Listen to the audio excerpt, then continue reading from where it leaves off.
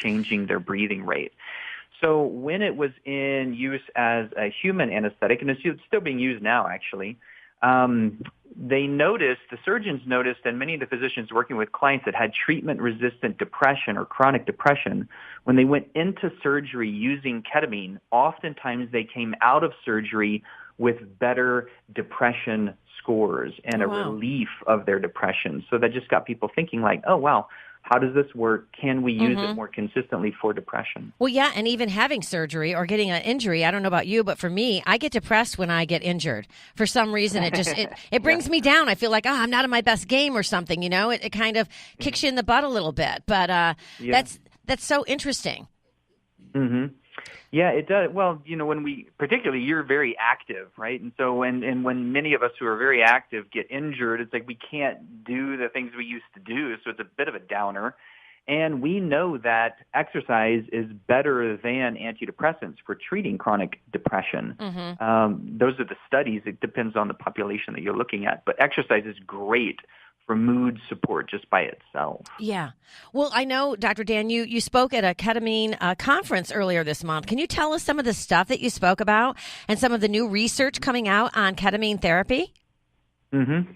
Most of the presenters there were speaking about ketamine's use for chronic treatment-resistant depression. And it's really important because the World Health Organization is recognizing depression as the number one cause of disability worldwide right now. That's even more than cancer, even more than cardiovascular disease. Well, let me ask you.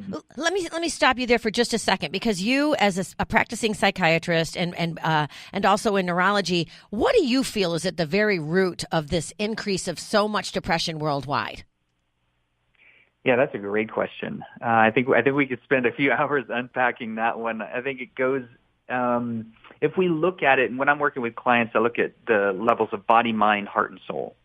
And if we're just looking at the body aspect, there's more and more toxicity every year. There's 100,000 plus new chemicals introduced every year that haven't been studied for safety. People's chronic inflammatory conditions are getting higher and higher. There's a big challenge right now in us being able to understand the root causes of depression. We still don't even know actually how the antidepressants work. And when we look at big population-based studies, they show that the antidepressant use or pharmaceuticals are mildly good for just a few percentage points of people above being just neutral, which essentially means when they work mildly. They tend to work less often over time, and they have side effects. So if we can understand more effectively how we get nutrients back into our system, how to decrease chronic inflammation, how to improve people's ability to receive the nutrients that they take in, utilize them well, and rebalance and optimize their neurochemistry, I think we're going to be way ahead of the game. We're living more and more sedentary lives, so people aren't moving as much. There's chronic low-grade sun exposures. People's vitamin D levels low. Hypothyroidism is on the rise, and that causes depression. So those are all just physical issues. And then when we get into the emotional arena, we live more and more connected virtually, but less and less connected heart to heart, face to face, and skin to skin. Because we don't have as much of the communal-based activities and the direct contact with people that we're used to, and our pace of living is just increasing so much so that there's so much more time urgency. People feel like they're never really getting as much done as they need to get done or want to get done, and these external ideas of success keep people in the rat race, chronically dissatisfied. Well, and I feel, and I know you're very astute on the subject of water flotation therapy, restricted environment stimulation technique. It's REST, also called sensory deprivation. I used to be in the business of it. In fact, I can't wait to float. My friend bought one of the tanks from Adrift, and she's putting it in her home, and hopefully I'll be floating next week. But I feel that flotation therapy is so powerful because it forces you to shut your mind down and to slow down and disconnect from the world and release your ego. Would you agree with all that? I'd agree with all of that. Absolutely. Well, go ahead. And ketamine is an interesting segue into that part of the conversation too, because ketamine does much of that neurochemically. It helps to relax the default mode network, which is where the ego lives, and it helps the ego to reset a bit so that the ocean of consciousness can open up even further. It brings more and more of that subconscious material out onto the landscape so we can start working with it. And it helps give a new perspective. So oftentimes it's the catalyst for psychotherapy or counseling or coaching or mentorship, because it starts to move things that were behind the scenes of the conscious mind into the forefront. Now we can work with them. Well, talking about ego makes me think of ego death. So can we talk about ego death? And some psychedelic users seek through ketamine, psilocybin, LSD, and other psychedelics? Mm-hmm. Absolutely. So and ketamine is one of those interesting ones because the way you dose it, if you dose it at a low kind of starting range, you don't get as much of the psychedelic experience. It's still psychoactive because you can feel something's on board, but that's like technically the number for that is about 1/2 milligrams per kilogram is the starting dose. Wow. And then people use up to 1.5 milligrams per kilogram, and then you get into the psychedelic arena and that dissociative arena and where the ego death happens. And there's a lot of rich material there because death is one of those things that scares most people. In fact, it's fascinating to me that 75 to 80% of all of our healthcare dollars are spent in the last year of someone's life. Yeah.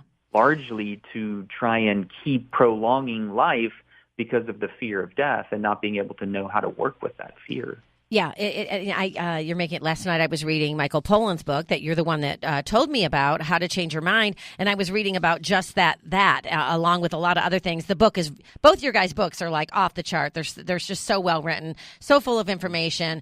So why does ketamine relieve depression so quickly? What goes on in the brain? And why does it wear off? And so I've got like all these questions, and so it seems to me like that it would be very beneficial if you suffer from depression, or even if you don't, to basically stretch your mind a couple times a year to just I know last night when I was reading the books, I was really jonesing to go higher. I really was. I've shared this with you before, so I've done mushrooms one time, but we did it in such a way that they were in such small increments because I didn't want to see the psychedelics. I just have a fear of it. I think because I have a brother that's schizophrenic, and I just have a real fear of ever seeing my face dripping in a mirror or anything like that. I don't know if I'd be able to handle it. But having said that, going to such a high level with the mushrooms where my ego was completely void, it was just the most amazing feeling in the world, and I found myself craving it last night. Yeah, it's a fascinating experience to start working with these kinds of medicines. And the data is really good. If we just unpack the data around psilocybin alone, psilocybin has excellent data in the 5 primary areas that are exponential growing epidemics in the mental health arena right now. That's depression, anxiety, PTSD, addiction, and pain. Well, psilocybin or magic mushrooms is good for each of those, and it's going into phase 3 trials now so we can study it better and potentially have it legal as a treatment prescribed by providers within the next 2 to 3 years. Oh, wow. That would be so great. I think it's way overdue. It's needed. It's part of nature. I don't know. It's so funny. I found myself last night, Dr. Dan, also contemplating, why is alcohol legal and marijuana and the psilocybin isn't legal, LSD and a lot of these other things. Why do we have such a problem with that, do you think? That's an excellent question. Oftentimes that comes into the reflection of where is the lobby interest coming from. When we look at the addiction and lethality graphs, this is from the Global Drug Survey in 2017, 4 of the mind-altering substances that most of us use every day are more addictive and dangerous than psilocybin by itself. And that's sugar, alcohol, tobacco, and dairy? Caffeine, perhaps? Caffeine? And caffeine. Yeah, I had all of them yesterday. I didn't have my caffeine this morning. Exactly. So when we look at that, we're like, okay, why are these medicines Schedule 1? which means in the early 70s, the Nixon administration put all of these medicines in Schedule 1, which means we were not able to access them, utilize them, or even research them for another 20-plus years. Yeah. Schedule 1 means there's no known medical benefit, and they're highly addictive. Most of the psychedelic medicines being researched today fail on both accounts. Of what? Of being, they're not addictive. Right. Right. Psilocybin is not addictive. It treats the addiction. It's very safe. Ketamine is not. There are times when these medicines are used recreationally and they can get dangerous. And if you use ketamine too much, too consistently over too long of a period of time, it will affect the bladder. It causes something called interstitial cystitis, which is like an inflammation of the bladder lining. Mm-hmm. And so you have to back off of the frequency of doing it. And not everybody can go get ketamine. It's Schedule 3, which means it has to be written by a prescription by a physician, kind of like opiate pain medications need to be. And there's a lot of data to suggest that because these medicines, like psilocybin, have excellent data for the epidemics in the current mental health arena, that they should be reclassified as well into like Schedule 2 or Schedule 3 so that they can be prescription available. And when we start to look at the effects that they have in the mind, I think it was Stan Grof who said, the psychedelics are to the mind what the telescope is to astronomy and what the microscope is to biology. Oh my gosh, I love this conversation. I just love speaking with you. So happy to have you on the air with us. Stay tuned, everyone. Dr. Dan Engle will be back right after the break. You're listening to One Life Radio. You belong among the wildflowers. You belong in a boat out at sea.